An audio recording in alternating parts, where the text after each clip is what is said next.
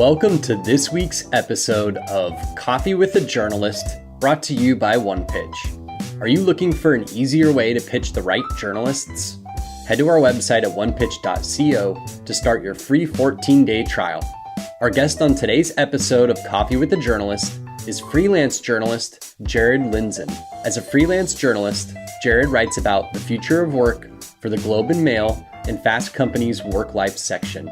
Occasionally, he'll also cover personal finance, tech, entrepreneurship, ESG, and small businesses. During the episode, Jared talks about setting pitches aside to run past his editors, his pre-pitch checklist, why embargoes don't tend to land well with his beat, and more. Let's dive in.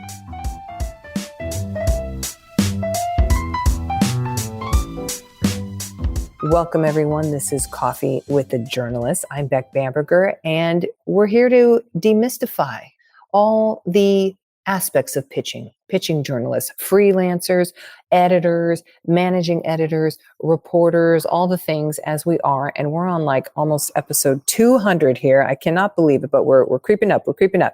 With us today, and we don't always have such a fabulous freelancer, is Jared Lindzon, who is going to tell us all the magical things about his inbox and what he wants to see in terms of pitches. Jared, welcome. Thanks so much for having me. Yes. Jared, now you are a bit unique from what our typical person is on the show, which is usually like the full-time reporter who's only at whatever beat at Bloomberg or something like that. Being a freelancer is quite different. So how would you first describe the work that you touch? Oh boy, there's a lot to unpack there, so I'll try and be brief. Yeah, freelancing is definitely a separate animal from your average reporter. I work with a heck of a lot of editors in all different parts of the world, in all different kinds of publications. Earlier today, I published a story in the BBC. Last week, I was in Fast Company. In between, I write a lot for the Globe and Mail here in Canada. I have a few specific beats that I hit pretty often, but as a freelancer, I'm pretty open to opportunities of all shapes and sizes. But on the pitching side of things, I typically look for pitches that are pretty specific to the contacts that I have, because it's a little bit more of a lift to try and tackle a whole new area of reporting that I don't already have existing relationships with editors in. However, particularly enticing opportunities will encourage me to pitch like crazy if there is something that is really interesting or a really interesting experience that I want to try, that I'm going to try and match with the appropriate editor on my end. So anyway, that is all to say that how I operate in terms of the stories that I work on is pretty different from your average in-house reporter. The reporting process itself, however, should be at least pretty identical. So maybe illuminate for folks who aren't as familiar. If they send a pitch to you, do you then have to pitch it further to the right outlet and so forth? Is that typically how you work? Correct. Yes. So the way I typically choose to handle that, and others might have a different process, I get a lot of pitches every week, to say the least. And the ones that really, if it's a busy week, usually I just kind of put the good ones aside and then email my editor at the end of the week, sort of a menu of like, here are the 3 or 4 or 5 things that really caught my eye this week. And then they will turn around and give me a green light on 1, maybe 2, if they like the ideas. That is how I operate when, I'm busy, but as a freelancer, there's lots of ebbs and flows. And in most jobs, quiet time is appreciated. As a freelancer, quiet time is panic time. And when I'm in panic time, I'm getting a lot of pitches, and I'm sending out a lot of pitches in a panic to try and get some work before I start worrying about making rent. Yes, I see. God, so you're getting the pitches and then sending the pitches, both sides of the equation. Okay, so tell us a bit more if there is a difference here on how to pitch you for then you to pitch your correct editors. How do you like pitches, in other words?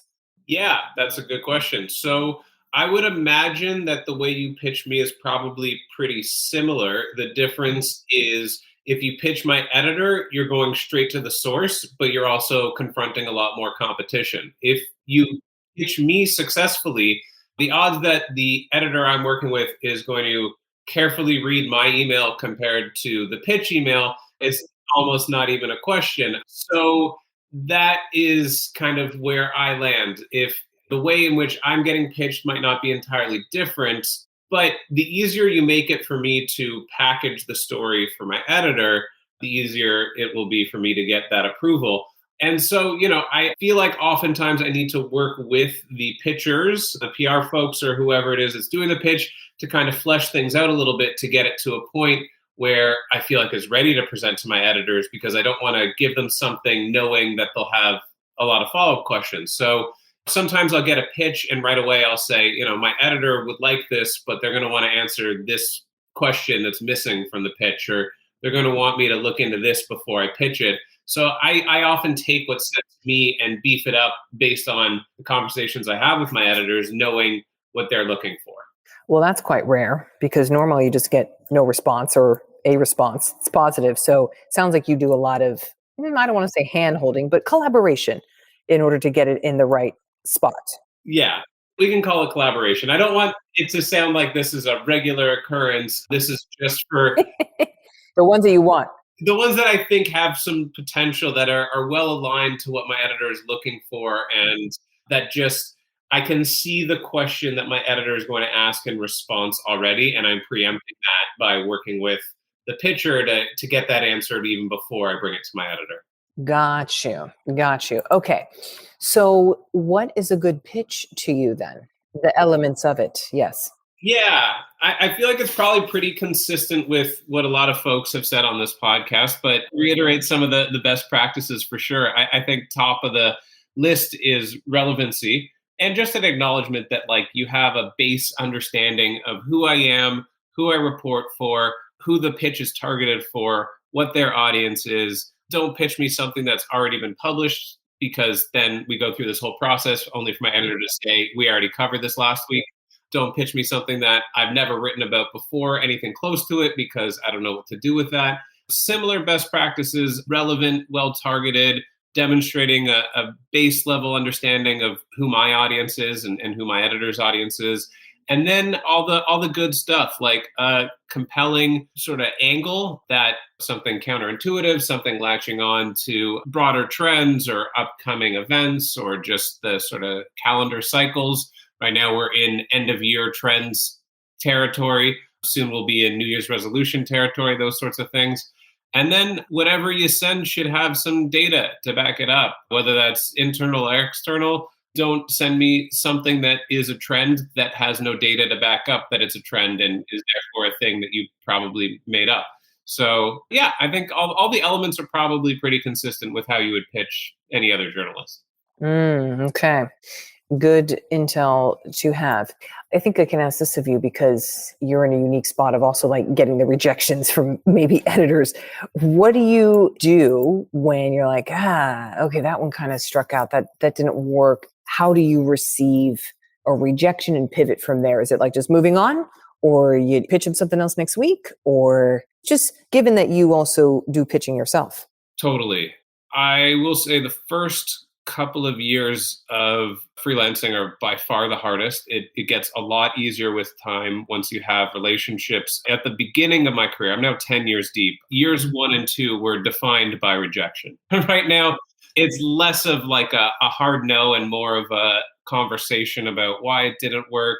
I'm getting much more detailed responses now because I have established relationships. But back in the day, I made it my goal to be rejected on a regular basis, because I thought that the rejections would all get me closer to where I wanted to be in my freelance career. And that was true. So, I kind of pursued rejection, knowing that if I had a 1 in 100 chance, I need to get 100 pitches out there. So yeah, I think I got really resilient, which is important for any freelancer, especially in the early days. And then over time, through these relationships with editors, some of which have lasted the entire duration of my freelance career. There's some folks I've been working with for a full decade now, and others certainly a few years on average. So there's a little bit more of a back and forth. Often I get a reason why a pitch is declined. Maybe that's something that I benefit from that most pitchers don't get in response. And so it's more of a dialogue these days than just a hard no or a no response. Got you. You did pick, I know, Jared, a pitch that really resonated with you. Do you want to share and elaborate with us? Yeah. So before I came on, I did a quick look at like the last 5 or 6 stories that I have pitched that I've published, and only one of them came from a pitch. Oh, shoot. Yeah. I don't know what that means exactly. Well, tell us more. I mean, that's not an average. That just happens to be at this particular moment. But I look to see, which pitches have been successful lately, and there's only been one. And not only did that pitch result in a story, it actually resulted in 2 stories. So I thought that that was particularly unique. So this pitch was from Forrester. It checks a lot of the boxes for me because it's a very brief pitch. It's one opening sentence. It is 3 trends that are kind of in bold and some data to back up those trends. And then just a quick note, like, if you want a copy of the report, let me know. And yeah, for me, that's a home run. That knocks it out of the park. Perfect. I love that it's one line, bullet points, data with all the things. Yeah, exactly. And like I said, from that came not one but 2 stories. One of them has already been published, and the other is coming out in a little while. Do you ever get exclusives or embargo pitches? I get a lot of those. Huh. What do you do with them? I can tell you that the enthusiasm around embargo pitches is much greater on the public relations side than on the media side. At least in my beats. Like, listen, I understand that there are some beats where being first is everything. Politics, entertainment, like having the exclusive, having the scoop before anybody else, you're going to win over that audience. There's a lot of value there. In my world, which we should mention, I write a lot about the future of work. I write a lot about tech. I write a lot about big trends that the data that people pitch me might be under embargo or exclusive, but it's based on a pretty broad trend, and they're probably not the only ones that have looked into it. And so just by the nature of my reporting, those sorts of things don't really matter to me very much, and nor do they seem to matter to the editors that I work with. Often an embargoed pitch, we're publishing well after that embargo is lifted, and the competition we're up against is pretty minimal just because it's a pretty niche subject area. Good intel there. Today's interview will continue after this brief message brought to you by OnePitch. Are you curious to learn about the unique ways OnePitch helps brands engage with the right journalists? Head to onepitch.co and create your own custom media list in 5 minutes or less. Now back to today's episode. By the way, Jared, do you have any way to manage your inbox overall? Because not only are you receiving all these pitches, but then you are also, I'm sure, pitching like mad on the outbound side. So do you have a thing you use? Oh boy, I have a few things. Tell us. I'm not going to say they're recommended for everybody. They just happen to work well with my brain in particular. Learned through years of trial and error. I'm one of those crazy people that strives to have 0 unread emails in their inbox. Yeah, listen, I'm very rarely there. But I can tell you right now, I'm looking at the number. I have 22 unread emails, and I would say probably 4 or 5 of them are just things that I got while I was having my lunch just now that I need to get back to. The rest are items that I have flagged for follow-up by leaving them as unread. I've read them.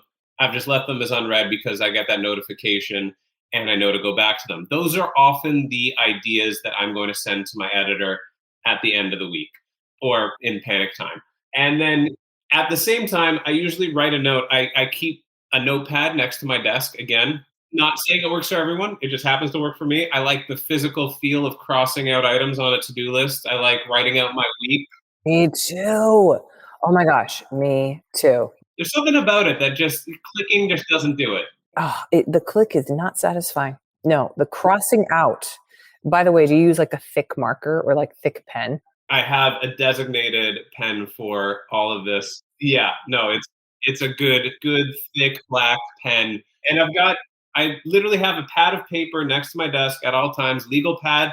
Every week gets its own page. On the left side is my to-do list. On the right side is the days of the week written out with individual to-do lists under each. And in that to-do list, if I send a pitch on, let's say, a Friday, I put a note in my calendar, follow up with this editor on Tuesday or whatever. And assuming I haven't heard from them, I have that item in my to-do list now to make the follow-up. And that's how I keep myself organized. I swear half of tasks seem to be just the follow-ups. Yes. But like I said, over the years, that's gotten better for me. When I first started out, I had to be really on top of following up because I was pitching like crazy. I was not hearing back from a lot of the folks that I was working with. Now, most of the editors, again, I've been working with them for years and years, and they do get back to me eventually almost all of the time. And I know the editors well enough that like this editor might take a week, this other editor usually takes 2 days. And if it's been 3 days for that editor that normally takes 2 days, it's worth a nudge. But the editor who normally takes a week, I'm not going to bother her until a full week has passed. Because you got to know the little ins and outs and everything. Exactly. Takes a little while to get used to that sort of rhythm. Understandable. Well, Jared, before we get into our rapid fire type of questions here, do you like to build relationships with publicists? Or is it more you're trying to work relationships with the journalists, the editors? Yeah. I mean, often people say, like, what are the relationships that are most valuable to you? Like, they want to help me by making connections. We can connect you with people in the industries that you report on. At the end of the day, maybe it's a psychological thing. It's very easy for me to get the attention of the folks who are pitching me. It's very hard to get the attention of the people who I'm pitching. And so often I'm weighed a lot more heavily in the direction of like trying to strengthen relationships with editors. However, there are a handful of folks who kind of operate in this niche future of work space that I'm in that I have fairly good relationships with. I've met them in person, over the years. We've worked together on a lot of stories. So there are certainly some valuable connections that I've made over the years. But just because of the nature of my work, one side of the people who are pitching me have a lot to gain, and I have, maybe a little bit to gain because, like I said, a lot of the stories I write aren't from pitches anyway. So the upside for me is a lot smaller compared to the editors who I'm pitching, who are basically in charge of my livelihood. Yes, that's a little different. Yeah, those relationships to me are like life and death as a freelancer. I still value relationships with people who have stories to pitch me, but I can't take the time to go for coffee with everybody because that's the other thing. It's too much. But the other thing is a lot of journalists will be on the clock when they have these meetings just to chat through ideas, to get to know you. Like they might resist it because they don't have time for it. But for me, it's an actual loss of time that I'm not compensated for, where I could be doing something that does generate revenue for me. So I need to reject a lot of those invitations just purely out of economics. Like I can't afford to spend as much time talking with PR folks. Yep. No, totally makes sense. Totally makes sense. And thank you for being so candid, Jared. This is helpful. Anytime. I mean, yeah, as much as I would love to be closer with the folks in the PR world, the reality is, yeah, they don't pay my salary and the editors do. That's right. Perfect. Okay. Could you then go through this rapid fire question for us, or question list? Here we go. Video or phone interview? Almost no preference unless it's early in the morning or late in the evening, in which case I don't want anyone to see my face. Honest answer. Bullet points or paragraphs? Bullet points. Short or long pitches? Short. Always short.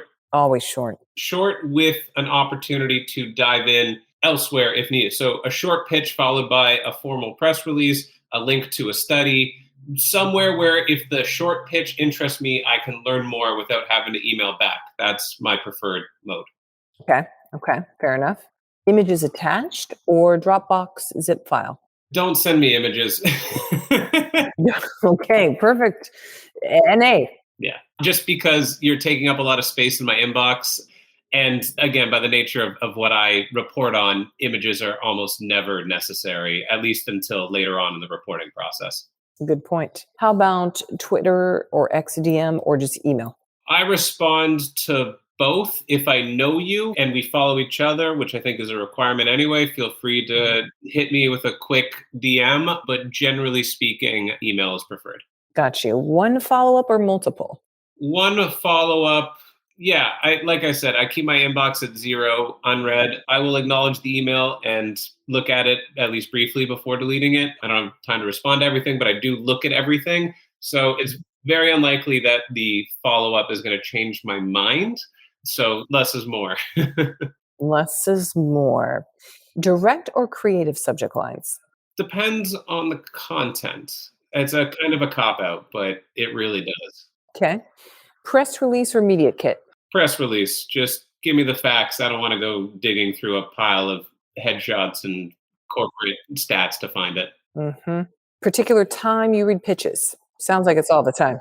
Yeah, when work is slow, which is anybody's guess. Which is fair enough, fair enough.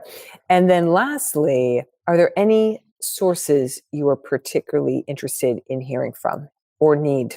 Are we looking for like specific names and organizations or just broad categories of folks that I'd like to hear from? Usually I was thinking broad categories, but yeah, you got some names. I don't have any names. I'm glad. No, I definitely don't want to be inviting anybody. I would say one area that could do a better job of pitching is academia. Okay. There's a lot of self-serving data in the corporate world. Not saying it isn't good data some of the time, good insights, but the academia tends to be more neutral, tends to have a little bit, carries more weight in the newsroom for sure, an academic study versus sort of a survey monkey survey that a company put out with leading questions to serve their purposes. So academia, but they don't really have the infrastructure to pitch because it's not as much in their interest. So I would say I would love to hear more from academics and academic institutions that are in the areas that I'm reporting on. Good to know. Jared, is there anything you would like to promote, emphasize, elaborate on? Anything we can highlight for you as we wrap up here?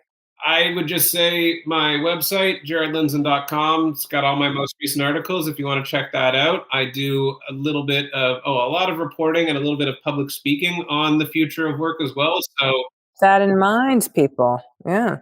Keep that in mind, people. You need a speaker? Here you go. Yeah, if you want someone to talk about either media best practices or the future of work as a freelancer, I do get a little bit more freedom to do those sorts of engagements when other reporters are a lot more limited. So that is something I enjoy doing and would welcome the opportunity. Jared, thank you so much for being on today, drinking your Diet Coke and not coffee at this hour. I appreciate it. It is, like I said, it's Diet Coke hour, not coffee hour. But thanks for having me anyway. Diet Coke with a journalist. Thanks so much, Jared. Appreciate you. This is Coffee with the Journalist, everybody. Thanks for joining. Thanks for tuning in to this week's Coffee with the Journalist episode featuring freelance journalist Jared Lindzon. For more exclusive insights about the journalists on this podcast, subscribe to our weekly podcast newsletter at onepitch.co/podcast. We'll see you next week with even more insights about the journalists you want to learn more about. Until then, start great stories.